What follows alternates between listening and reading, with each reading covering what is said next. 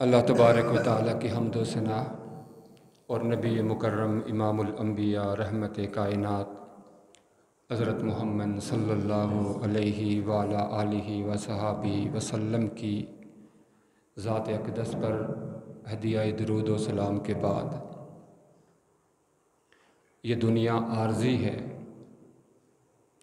اور دنیا کی ہر چیز عارضی، ناپائیدار، بے ثبات اور غیر مستقل ہے۔ دنیا میں آنے والے حالات بھی عارضی ہیں۔ یہاں اگر کوئی بیمار ہو جائے تو یہ بیماری عارضی ہے، اس کے بعد صحت ملنے کا امکان موجود رہتا ہے۔ دنیا میں کوئی انسان ناکام ہو جائے تو یہ ناکامی عارضی ہے، آئندہ اسے ایسا چانس مل سکتا ہے کہ وہ کوشش محنت کر کے اللہ تعالیٰ کی توفیق سے، مدد سے کامیابی کی منازل طے کر سکتا ہے۔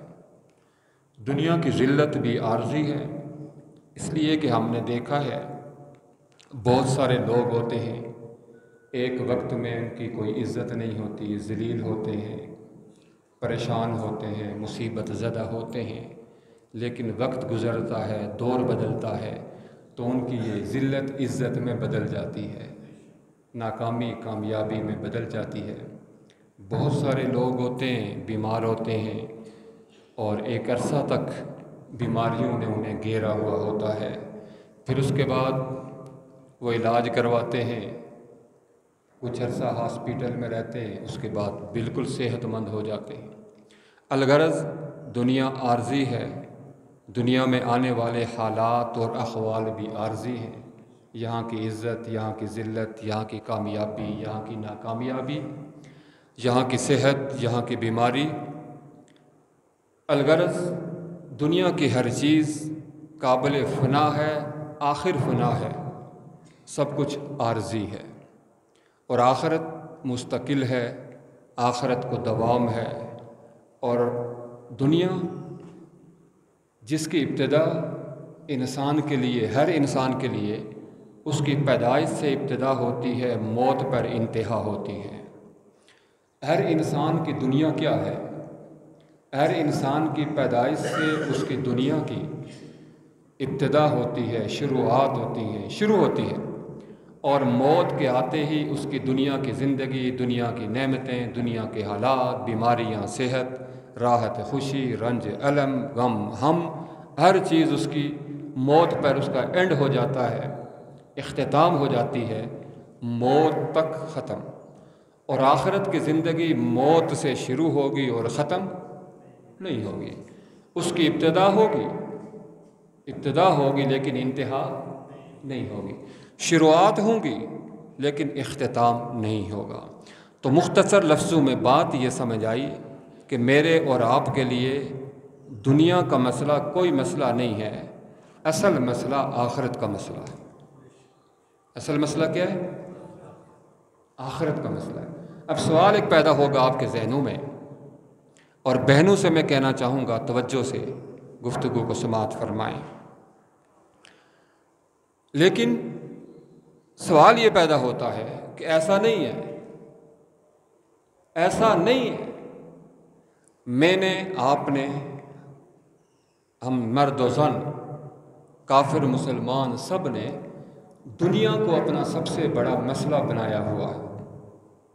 ہمارا سب سے بڑا مسئلہ ایک دکان ہے، ہمارا سب سے بڑا مسئلہ بیٹے کی منگنی اور شادی ہے، ہمارا سب سے بڑا مسئلہ عالی شان گھر بنانا ہے۔ تو ہمارا مسئلہ تو ہم نے دنیا کو سمجھا ہوا ہے، حالانکہ اصل مسئلہ آخرت کا مسئلہ ہے۔ دنیا کے مسائل، دنیا کا کوئی مسئلہ ہی نہیں ہے۔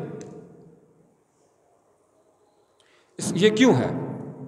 یہ اس لیے ہے کہ حدیث شریف میں آتا ہے، من جعل الہموم ہما واحدا ای ہم الآخرۃ کفاہ اللہ ہم دنیاہ۔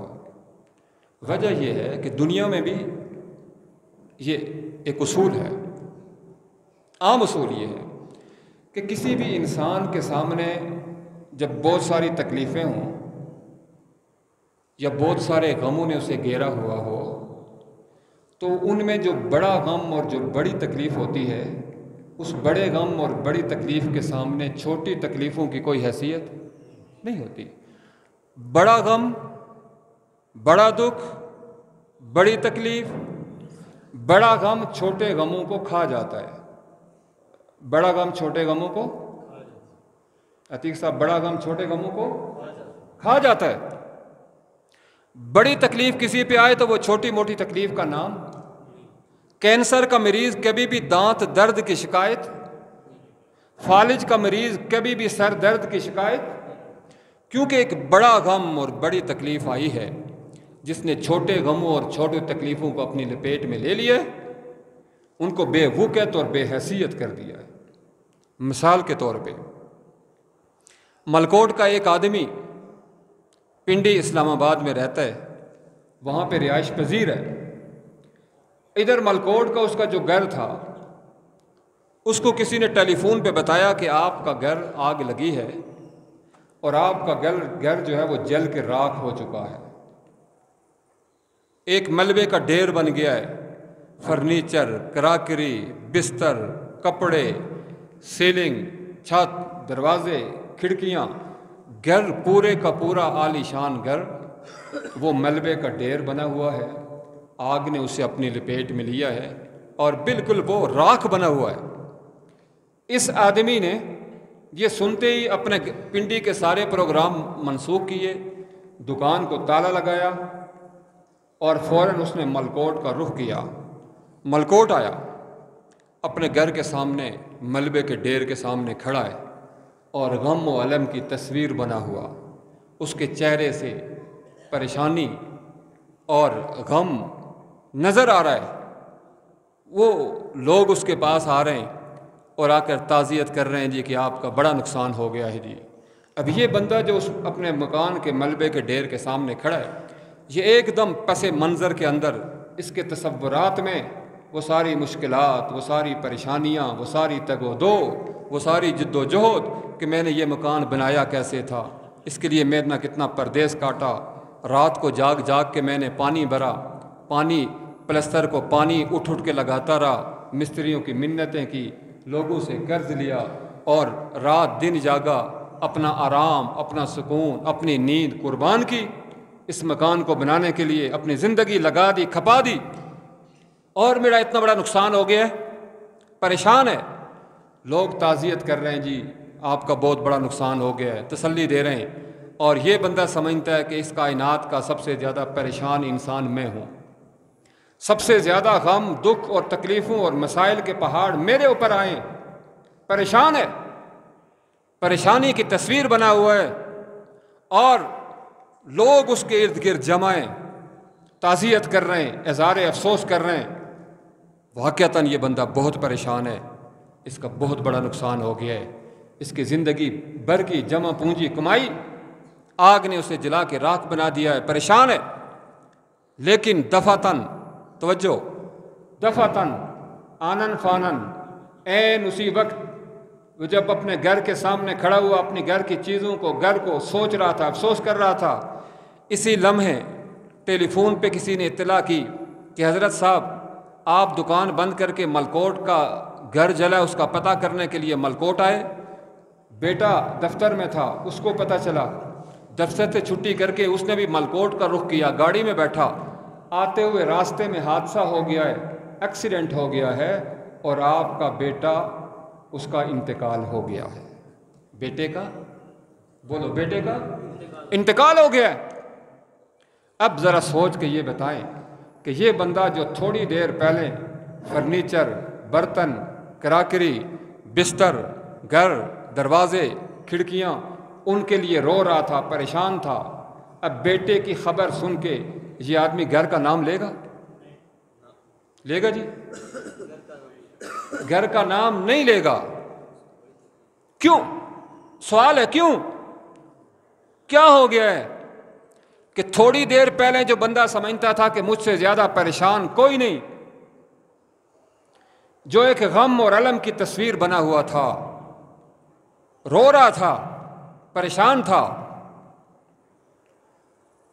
ایک منٹ کے بعد یہی بندہ گھر کو بھول جائے گا، گھر کی کسی چیز کا نام نہیں لے گا، یہ نام لے گا تو اپنے بیٹے کا، کیونکہ اس کے اوپر ایک بہت بڑا غم آ گیا ہے جو چھوٹے غم کو، بولو، چھوٹے غم کو کھا گیا۔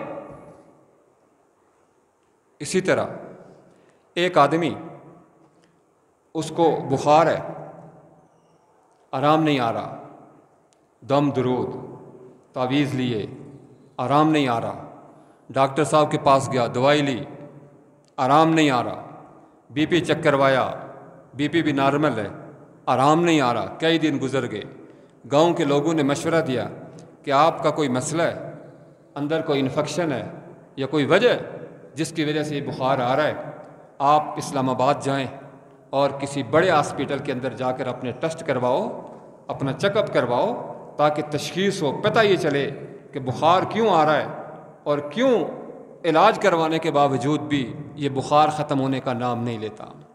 یہ آدمی یہاں سے گاڑی پہ بیٹھا، اسلام آباد کسی ہاسپٹل کے اندر پہنچا، وہاں جا کے اس کے ٹیسٹ ہوئے، ایکس رے ہوئے، خون ٹیسٹ ہوئے، اور ڈاکٹر نے چیک اپ کرنے کے بعد رپورٹ یہ آئی، انہوں نے بتایا کہ حضرت صاحب آپ کو کینسر کی بیماری ہے۔ کیا ہے جی؟ کینسر کی بیماری ہے۔ اب آپ سوچ کے بتائیں کہ کینسر کا سننے کے، وہی بندہ جو تھوڑی دیر سے پہلے پریشان تھا، بخار نہیں چھوڑ رہا، بخار آ رہا ہے، اب یہ آدمی بخار کا نام لے گا؟ یہ بخار کا علاج کروائے گا یا کینسر کا کروائے گا؟ اگر بات سمجھ نہیں آئی، ایک آدمی، اس کے سر میں درد ہے، دوا لینے کے لیے چلا گیا اور راستے میں گرا، اس کی ٹانگ ٹوٹ گئی، تو ٹانگ ٹوٹنے کے بعد کیا یہ بندہ سر درد کا علاج کروائے گا یا پہلے ٹانگ کا علاج کروائے گا؟ کیوں؟ اس لیے کہ بڑی پریشانی آ گئی ہے، ایک بڑا غم آ گیا ہے، بڑا دکھ آ گیا ہے، بڑی تکلیف آ گئی ہے جو چھوٹی تکلیفوں کو ہڑپ کر گئی ہے، ہڑپ۔ تو میرے واجب الاحترام بزرگوں اور بھائیوں، آج ہم نے دنیا کو مسئلہ اس لیے سمجھا ہوا ہے کہ وہ بڑا مسئلہ، وہ بڑی تکلیف، وہ بڑی پریشانی، وہ بڑے دکھ و الم جو موت سے شروع ہونے والے ہیں، وہ ہمارے پیش نظر نہیں ہیں، ادھر ہمارا دھیان نہیں ہے، ان کا استحضار نہیں ہے، جس کی وجہ سے یہ دکان کی سیل کم ہو گئی تو یہ ہمیں پریشانی لگتی ہے، نوکری نہیں ملتی تو اس کو ہم پریشانی سمجھتے ہیں، بیٹے کا رشتہ نہیں ہوتا تو اس کو ہم پریشانی سمجھتے ہیں۔ وجہ بالکل یہی ہے کہ وہ بڑا غم، وہ موت کی سختیاں، وہ موت کی تلخیاں، وہ روح کا نکلنا، وہ قبر کے اندھیرے، وہ قبر کے سانپ اور بچھو، قبر کا دبانا، وہ قبر کا ابلتا ہوا تنور، قبر کی آگ، میدان محشر کی ہولناکی، وہاں کی گرمی، وہاں کی حرارت، وہاں کی تکلیفیں، اور پھر پلسرات، پھر جہنم، جہنم کی سزائیں، ان کا استحضار نہیں ہے، ان کو ہم نے بلا دیا ہے۔ یہ وجہ ہے جس وجہ سے دنیا ہمیں مسئلہ لگتی ہے۔ دنیا کیا مسئلہ ہے؟ یہ چھوٹے چھوٹے غم پریشانیاں جن کو لے کے ہم بیٹھ گئے۔ اگر میں یہ کہوں تو مبالغہ نہیں ہوگا کہ ساری دنیا کے سارے انسانوں کی توجہ، ساری دنیا کے سارے انسانوں کی، کافروں اور مسلمانوں کی ساری تکلیفوں کو، پریشانیوں کو، دکھ، درد، غم، الم، مسائل، مصیبتیں جمع کیے جائیں، مجھے اللہ کی عظمتوں کی قسم، موت کے وقت ایک گناہگار کو جتنی تکلیف اور جس اذیت کا سامنا ہوتا ہے، ساری دنیا کے سارے انسانوں کی تکلیفیں مل کر بھی اس کا مقابلہ نہیں کر سکتی۔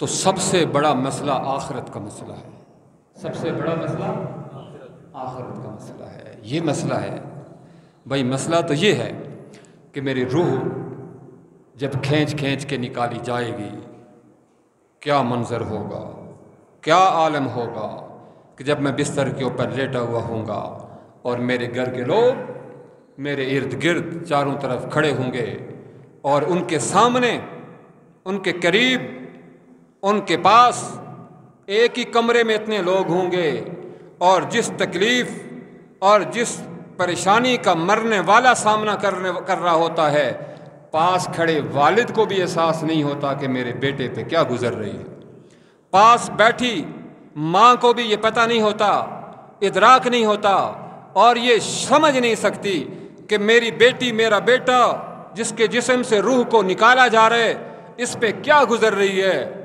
کس تکلیف پریشانی کا یہ سامنا کر رہا ہے، پاس بیٹھی ہوئی ماں کو بھی احساس اور پتہ نہیں ہو سکتا۔ وَأَنْتُمْ حِينَئِذٍ تَنْظُرُونَ، اللہ پاک فرماتے ہیں جب بندے کی روح نکلتی ہے تم پاس بیٹھے ہوئے دیکھ رہے ہوتے ہو، یہ تو دیکھتے ہو ہچکی لگی ہے، یہ تو دیکھتے ہو تکلیف سے کرا رہا ہے، اٹھ کے بھاگنے کی کوشش کر رہا ہے، یہ تو دیکھتے ہو، لیکن تمہیں پتہ نہیں ہوتا، نہیں ہو سکتا کہ مرنے والا کن حالات سے دوچار ہے۔ یہ سب سے بڑا مسئلہ ہے، اور میرا اور آپ کا، ہر جاہل پڑھے لکھے کا، ہر عالم غیر عالم کا، ہر دیندار بے دین کا، ہر مرد عورت کا سب سے بڑا مسئلہ یہ ہے کہ جب میرے جسم سے روح نکالی جائے گی اور نکل چکی ہوگی تو پاس کھڑے ہوئے فرشتے جو میری روح لینے کے لیے آئیں گے وہ اللہ سے پوچھیں گے، یا اللہ امال کفری او مال ایمان، اس کی روح کو میں کافروں میں رکھوں یا مسلمانوں میں رکھوں؟ یہ مسئلہ ہے بھائی۔ فرشتہ یہ ہے کہ نماز پڑھتے ہوئے موت آئے گی یا گالیاں بکتے ہوئے موت آئے گی، مسئلہ تو یہ ہے کہ اللہ کے راستے میں موت آئے گی یا گناہوں کی طرف جاتے ہوئے موت آئے گی، مسئلہ تو یہ ہے کہ گناہوں سمیت موت آئے گی یا گناہوں کے بغیر موت آئے گی، یہ مسئلہ ہے بھائی۔